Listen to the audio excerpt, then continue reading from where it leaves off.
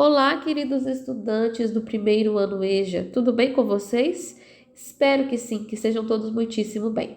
Aqui quem fala é a professora Jéssica da disciplina de arte e vamos dar continuidade com os nossos estudos através da semana 5 e sua atividade complementar. Vamos iniciar pelo tema, dança contemporânea. Então, a dança contemporânea, turma, quando a gente fala dela, tem que ficar muito claro, tem que ser evidente para vocês que o contemporâneo, ele vem para romper com o clássico, para ser totalmente diferente. Então, a dança contemporânea, ainda que anteriormente, houve aí a dança moderna que veio trazer toda essa questão de ruptura com o clássico, ainda ficaram algumas coisas, como por exemplo, coreografia, alguns estereótipos, quanto a figurinos, e não se tinha tanta liberdade assim para criar uma nova linguagem, que é o que vai surgir a partir da dança contemporânea. Então, quando a gente fala da dança contemporânea, não é só a ausência de técnica, não é só sobre a liberdade e a fluidez do corpo dentro dessa linguagem artística, mas sim também a junção de diferentes linguagens para criar outras. Então, por exemplo, quando a gente fala da dança contemporânea, vocês precisam, compreender que a gente está falando então da experimentação, a possibilidade de movimentos, próximos aí do chão. Claro, a ausência de técnicas, mas ao mesmo tempo junções com diferentes linguagens como o teatro e as artes visuais, tornando aí uma performance. Então, a dança contemporânea, ela abre uma porta, para que venha surgir uma nova linguagem artística, tá? E quando a gente fala, da dança contemporânea, ela possibilitou também diversos gêneros, dentro dela e possibilidades de junções que antes poderiam parecer ali totalmente, digamos aí, que dentro, artisticamente falando e de dança, que seria impróprio, mas na verdade não, Então, um destaque, de alguns grupos renomados ali de dança contemporânea, temos, Cena 11, que fica em Santa Catarina, Cisne Negro de São Paulo e a Companhia Débora Cocker do Rio de Janeiro, ok? Então, vamos à atividade. Como atividade, a gente tem aí uma questão, e 4 alternativas. Então, a questão diz o seguinte: o surgimento do estilo de dança contemporânea nos Estados Unidos mostra que a busca pelo estilo clássico era evidente? Não, justamente quando a gente iniciou esse assunto, deixei claro para vocês que era uma questão de ruptura com o clássico. C. A dança contemporânea é um retrato de novas ideias estéticas que surgiram? Na verdade, não. Se ele vem romper com o padrão, ele não vem se comprometer com o outro, e sim ele vem buscar essa liberdade, essa independência. D. Ainda hoje, o estilo de dança contemporânea é muito conhecido no mundo. Entretanto, existem vários movimentos para que isso aconteça. Na verdade, não, Então, já que a gente falou de dança contemporânea e dessa liberdade, não existe uma linguagem universal, não existe um movimento para que aquela dança seja considerada contemporânea. Então, a alternativa correta é a letra B, Uma das finalidades era romper com a cultura clássica que vigorava naquela época, tá? Vou deixar aqui a resposta para vocês. Então, partindo para a atividade complementar, a gente vai continuar, com o tema de evolução no mundo das artes. Entramos, no quesito modernismo e a gente vai falar hoje um pouco do futurismo e do dadaísmo, tá?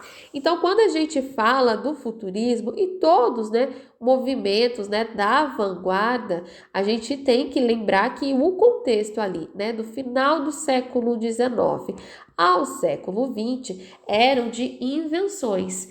E é claro, a arte, ela acompanha seus contextos. Então, se a gente está falando de evolução, se a gente está falando, de inovações, elas também vão influenciar. Então, como inovação, tínhamos aí, né, a eletricidade, a gente tinha os automóveis, o bonde, né, o rádio, o telefone e, claro, outras máquinas, né, todas elas frutos da Revolução Industrial. Então, o futurismo, ele surgiu ali em janeiro de 1909, através do poeta Filippo Tommaso Marinetti, que publicou o panfleto, né, Manifesto Futurista. E nele reivindicando o quê? Né? Todos esses padrões, né, todos esses movimentos clássicos, né, vindo ali do Renascimento. Então ele veio abrir essa possibilidade para a modernidade. Então logo, né, as artes visuais, elas vinham então mostrar o quê? Essa velocidade, esse futuro, essa tecnologia, né? Então veio incluir tudo isso em suas obras. E um exemplo é a obra de Umberto Bocchini, né? O dinamismo de um ciclista, ok? Então vamos prosseguir agora com o dadaísmo, né? O dadaísmo, ele surgiu, né, entre 1914 a 1945, né? E o seu pano de fundo, né, desse surgimento foi a Guerra Mundial, certo? Então, se vivia todo o desenvolvimento tecnológico dentro, né, da Primeira Guerra Mundial. Então, a gente tinha, né, como falei para vocês, o surgimento do automóvel, do telefone e, claro, a fotografia já existia, né? Então, isso derivou também o nascimento da nossa sétima arte, que é o cinema. Então, tudo isso também veio culminar o dadaísmo, que se apresenta como um movimento cultural e crítico, né, dentro das artes. Então, é um clima, né, de manifestação, de desilusão, né, de ceticismo, e no quesito guerra, armamento. Então, tudo isso ocasionou o surgimento do dadaísmo, tá? O movimento, ele tem, né, uma obra, né, muito famosa do Marcel Duchamp, que praticamente o inaugura, né? E o Marcel Duchamp, né, ele veio com a fonte, né, que nada mais nada menos é um ready-made, né, que ele vem mostrar que o principal não é o final, mas sim a ideia e o que vai chocar e levar à reflexão, né? Então ele pega esse urinol, ele tira, né, do seu, digamos que ele tira esse objeto da sua função principal e dá a ele uma nova função. Então, logo, esse movimento, né, tão inovador, ele se expandiu para outras importantes cidades, como Nova York, Barcelona, Paris e Berlim, ganhando então uma visibilidade mundial. Ok? E é claro, assim como os outros movimentos artísticos, quando a gente fala de dadaísmo, de futurismo, a gente vê também outras linguagens, né? A literatura, ela também é uma forma de arte. Logo, a atividade de vocês vai estar incluindo a literatura. Vamos lá?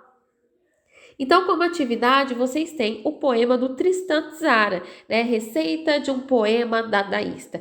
E aqui o Tristan Tzara, ele vem nada mais, nada menos que ensinar vocês a criar um poema dadaísta, né? Que é pegar um jornal, pegar a tesoura, né? Recortar aí diversas palavras de um artigo de diversos tamanhos e colocar em um recipiente, né? Uma sacola, uma bacia, sacudir e logo tirar aleatoriamente e formar o poema com essas palavras aleatórias. E é isso a atividade de vocês. Então, seguindo aí a instrução do poeta, vocês vão pegar por jornais, revistas, ou se vocês não tiverem jornais e revistas, vocês podem escrever diferentes palavras de diferentes tamanhos e cores, recortar, né, sortear e colar de forma aleatória para criar o poema de vocês, ok? Então, por enquanto é isso, turma. Vou ficar ansiosa